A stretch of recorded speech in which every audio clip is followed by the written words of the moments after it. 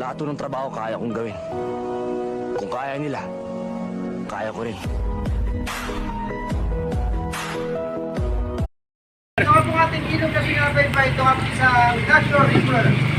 Ang pangalan po yung ilog nito, Gamon River. Perla. Pero dati pumalitan po siya ilog na nakilala.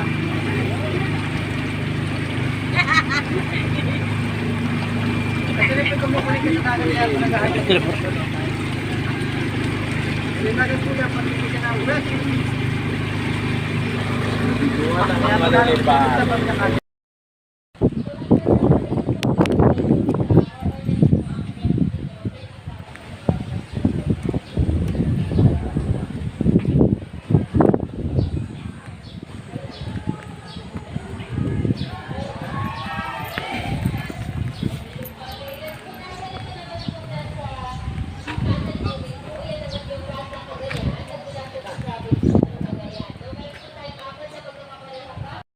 Bahay mo, bago nila ito lisanin, kailangan po nilang sunugin ang buong bahay. Ginagawa po nila ito para walang maiwang bakas kung saang mga lugar po sila nagtungo.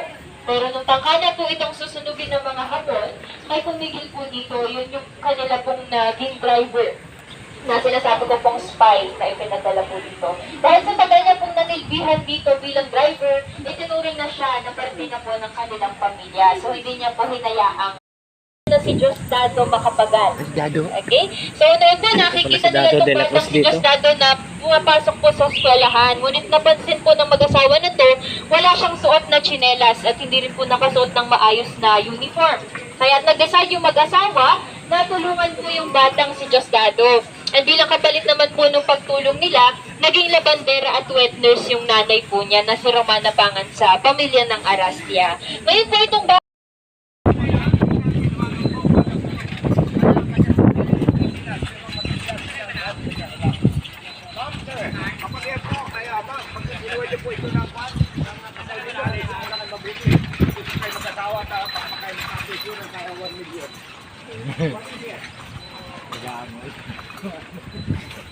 Pre, daming isda oh.